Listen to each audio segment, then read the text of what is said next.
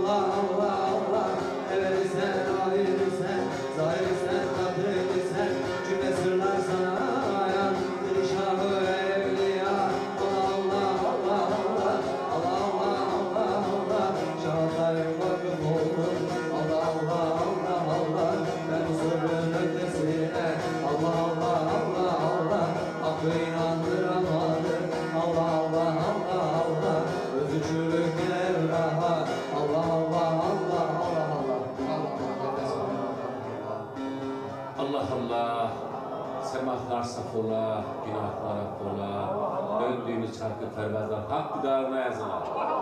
Hak için ola, seyir için olmaya. Semahı bizlere bağışlayan Muhammed Mustafa'nın şefaati üzerimizde hazır ve razı ola. Gerçeğe hür.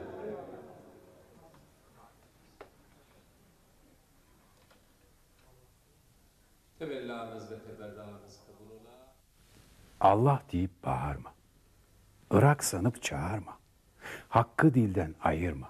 Şeytan güler bu hale. Hayali bir yerdesin. Sen arada perdesin. Hak sende, sen neredesin? Nedir cevap suale? Evelü ahir oldur. Batınü zahir oldur. Hazırı nazır olur. Kulak ver bu meale.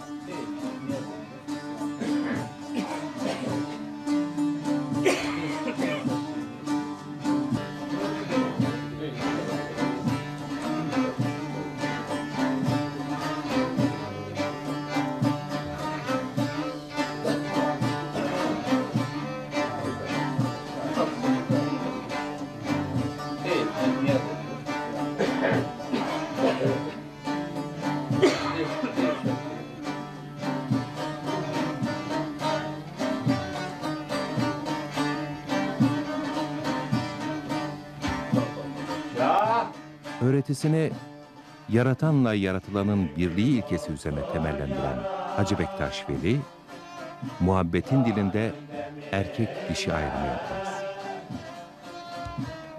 Çünkü muhabbetin gerçekleştiği meydanda kadın ve erkek cinsel kimlikleriyle değil, varlığın birliğinde buluşan canlılar olarak yer alırlar. Bu anlayışın bir göstergesi olarak bele kuşak bağlanır.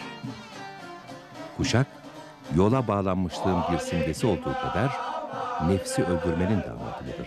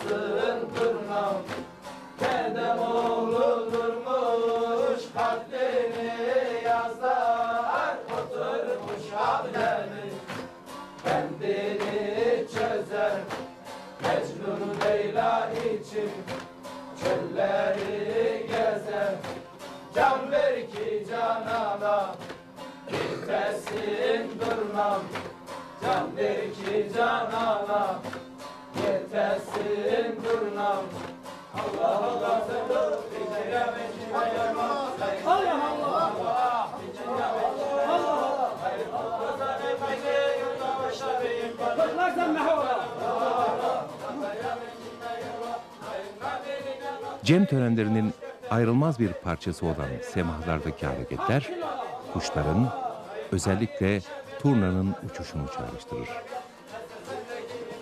Türk kültüründe önemli bir yeri olan turna, özellikle halk edebiyatında sıkça kullanılan bir motiftir.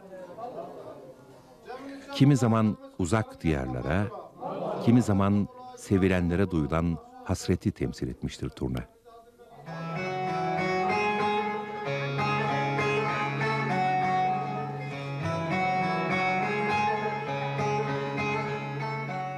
Turnaların gökyüzündeki hareketlerini yansıtan figürlerle dönen, döndükçe yükselen, kendini ve hakkı bulan canlar, turna donunda Hak Muhammed Ali ile buluşurlar.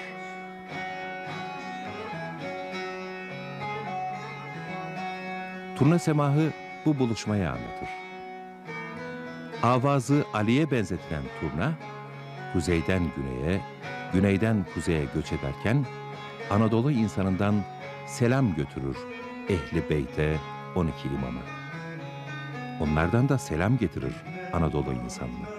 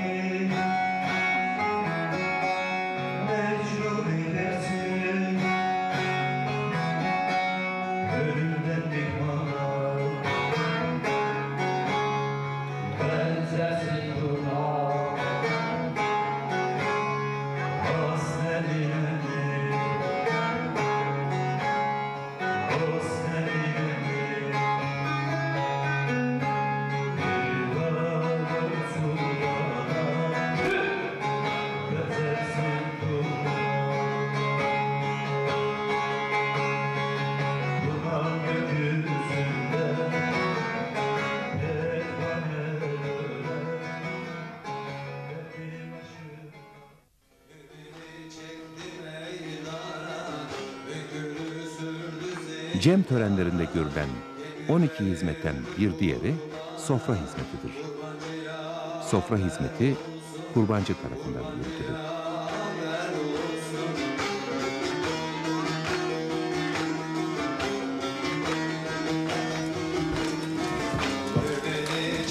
İnşallah Allah Allah, evvel Allah diyelim, kadimler diyelim, yerde Ali sonrası açılsın cehdur diyelim. Üstadımız birimiz Gökberçinli Gambereli Sultan Bercemal Muhammed Kemal İmam Hasan Şah Hüseyin Arca Bilen Selavat eyvallah. Sofra belirli bir düzen içinde kurulur ve sürer.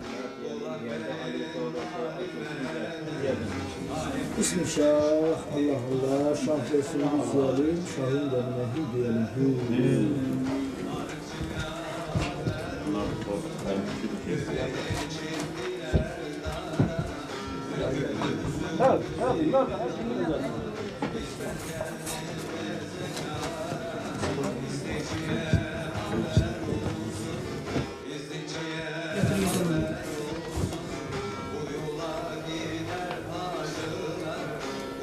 Sofra eşit paylaşmanın öneminin anlatımıdır.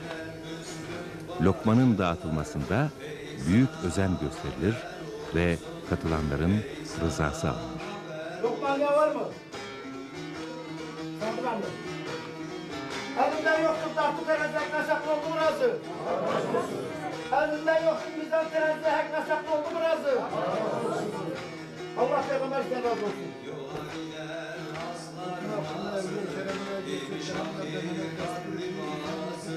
Paylaşmanın, dayanışmanın ve muhabbetin gerçekleştiği sofra Cem'in sonudur.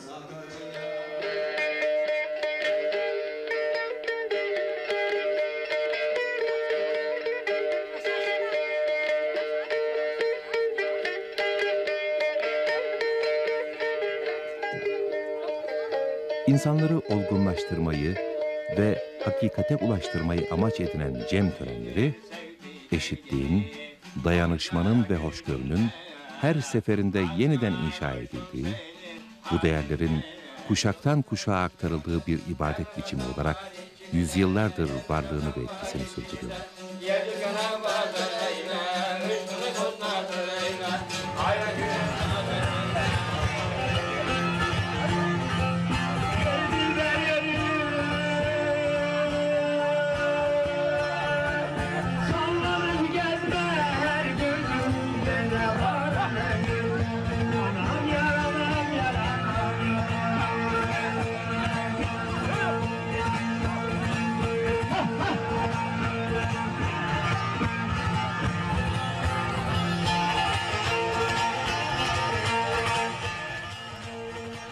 Hacı Bektaş Veli'nin 9 haneli Suluca Karahöyük'te uyandırdığı çerağın dalga dalga yayılarak Macaristan'a kadar yansıyan ışıkları, dün olduğu gibi Bugün de farklı dil, din, ırk ve cinsiyetten insanların gönüllerini ve zihinlerini aydınlatmayı sürdürüyor. Eski çağrına yırtık mesinem, bastığım yerlere durmalıyım, bastığım yerlere.